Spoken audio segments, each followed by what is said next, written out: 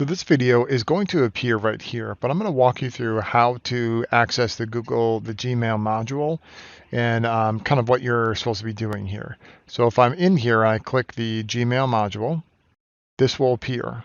It says I need to complete all items. So to begin, I must click the first one.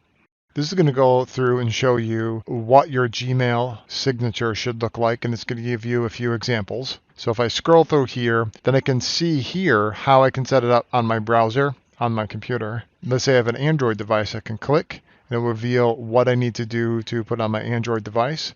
If I have an Apple device or an iPad, this is what I need to do here. Next, when I've got that assembled, then it's going to ask me to upload some screenshots of what I just created. I can do that by simply clicking New Attempt, and I can upload my screenshots here. I need to have 2 of them, or I watch the video, it's going to show me how to do it. The final page, once we take a look at your screenshots, then we will award you a badge for level 1 Gmail. This is our first attempt of badging in Lindbergh, so be a little bit patient as we work through some of the kinks, but we have some great ideas on how we're going to use this in the future.